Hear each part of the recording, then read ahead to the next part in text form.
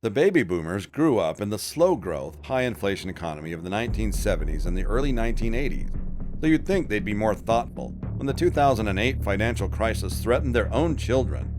When the Great Recession hit, the boomers had become America's policymakers, and corporate leaders consistently made decisions that supported their own interests at the expense of younger Americans. In this video, we will look at how boomers ended up bankrupting the youth. People born between 1946 and 1964 are considered baby boomers, or boomers in short. They were raised after the war and hence have no true experience with trauma, the Great Depression, or any form of adversity. More importantly, they never experienced the social unity that arose during the war and contributed to the New Deal. However, the white middle-class boomers represent all of the terrible traits and behaviors that have defined this generation. They gained a majority of the electorate in the early 1980s, and by January 1995, they had fully entrenched their authority in Washington. Since then, they've essentially been in command. Generational experts and media sources ranging from Vox to The Guardian have criticized the generation for its involvement in bankrupting the prosperous economy that they inherited, leaving millennials to pick up the pieces.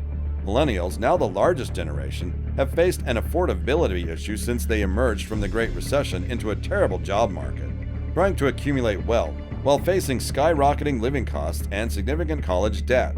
They were still struggling with the after effects a dozen years later when the coronavirus recession and an unprecedented housing crisis hit. Neil Howe, the economist, historian, and demographer who invented the term millennial, previously stated that boomers are unwilling to pay for institutional upkeep, preferring to spend money on things that improve people's lives. He links this to their coming-of-age experience, in which their parents, the GI generation, were concerned with establishing solid institutions and looking ahead. Boomers took that for granted and created a live-for-today attitude, according to him. They profited financially from this mentality. According to the report, boomers saw a gain in asset value as a result of low interest rates and higher property prices. They did not have to spend as much for college as millennials, and they will not have to pay for the environmental damage caused by the carbon-emitting corporations in which they have invested. According to author Jill Filipovich's book, OK Boomer, Let's Talk, boomers caused an economic crisis that would make millennials, the first generation, worse off than their parents. The fact that boomers have had an enormous political, cultural, and economic power for several decades has kept millennials from recognizing the economic remedies they require. Jill thinks millennials need boomers to share their wisdom and experience while allowing the younger generation to participate in decision-making processes. Unless millennials are at the table, we're really not going to see the issues that are most important to us addressed. Filipovich said, "You need people who are actually going to live in the future, who have a stake in the future at the decision-making table." Because millennials had just recently entered the workforce, they did not have significant savings or homes that had lost value during the financial crisis. However, because it became difficult to get a job, millennials missed out on the subsequent rebound. During the recession, the national unemployment rate rose to 10.6%, with millennials experiencing substantially higher rates. In fact, the working-age millennial unemployment rate was 15.8% in 2017 and did not revert to the overall unemployment rate until mid-2018. Remember that the unemployment rate includes both people who have jobs and those who are looking for them. Working part-time, underemployed, or in a job outside of one's specialty counts as employment. Looking deeper into the unemployment figures reveals that the recession severely hammered millennials. Worryingly, the labor force participation rate for young 20-somethings has fallen since the Great Recession. Millennials continue to struggle to find their place in the workforce. Looking deeper into employment statistics shows some surprising information regarding the post-2008 job market. From 2008 to 2010, over 60% of employment losses were in the mid-income range of $27,000 to $40,000 per year. The job market has been greatly harmed when once mid-level positions thrived.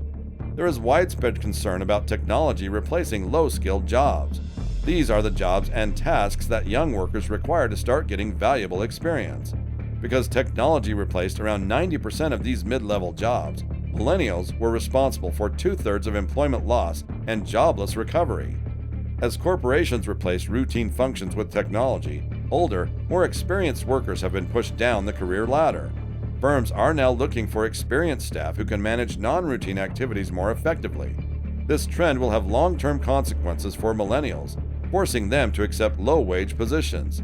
To ascend the corporate ladder, millennials will need to perform contract and temp work for years longer than any preceding generation. The issues predate the birth of the baby boomers. Following World War II, the economy was expected to cool.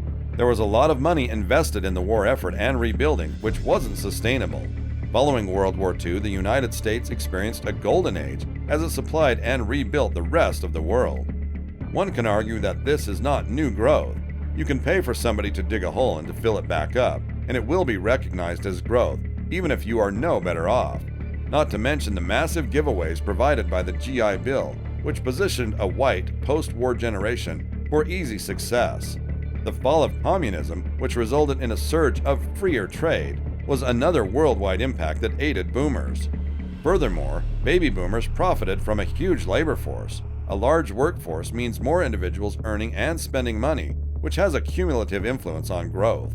All of these effects would fade, and it would be obvious that a generation of Americans had not learned how to save and invest. The failure of boomers to understand the new economy post-World War II and post-Soviet Union led them to repeatedly double down on disastrous policies. These policies distorted the economy rather than preparing it for long-term, inclusive success. Capital investment has historically been linked to labor productivity. Investing in technology and equipment has been a supplement to labor rather than a replacement. Policy decisions made by the baby boomers made it more profitable to engineer riches financially rather than invest in capital and labor that grows the economy as a whole. Since the 1980s, boomers have regularly voted for leaders and policies that benefit the present at the expense of the future. In the 1980s, supply-side measures reduced taxes dramatically, lowering the top tax rate from 70% to 39%. Importantly, these measures cut taxes to encourage fixed capital investment, specifically financial capital, rather than the type of capital that would have enhanced productivity. While tax cuts in the 1980s resulted in small productivity increases, they also encouraged wild financial engineering while ballooning the deficit budget. Tax breaks and a low interest rate environment fueled a boom in financial engineering that began in the 1980s. Financial engineering occurs when a corporation or investor borrows at a low interest rate against assets in order to acquire another company or repurchase stock on its own. Interest payments are now tax deductible, while capital gains on asset sales are taxed at significantly reduced rates. Under these conditions, it was far more profitable and easier for a CEO to borrow money and buy firm shares or another company in order to improve shareholder value. By boosting asset values without requiring real capital investment, these policies stimulated the incorrect type of investment. Economic growth will stall without investments in fixed capital assets that boost labor productivity. Entitlements are unjust to millennials, since there is no mechanism in place to prohibit the elderly from collecting more than they contributed to the system. Social Security and Medicare pay out $1,053,000 to couples born in 1950 after paying $701,000, resulting in a $352,000 deficit. Benefits of $1,373,000 and taxes of $851,000 result in a $521,000 deficit for couples born in 1965. Social Security and Medicare deficits are growing as individuals live longer and in poorer health. The economic disparity is already causing problems for millennials and future generations. It is no news that millennials are delaying marriage, buying a home, and starting families. Future generations may delay starting a family even longer or never start one. It is already a serious problem in industrialized economies such as Germany and Japan, which are dealing with increasing aging populations and enormous social welfare responsibilities. Young employees in Japan have such gloomy prospects that many are unable to imagine having a family. Without a sustained effort to close the fiscal gap, millennials and future generations will face cripplingly higher taxes.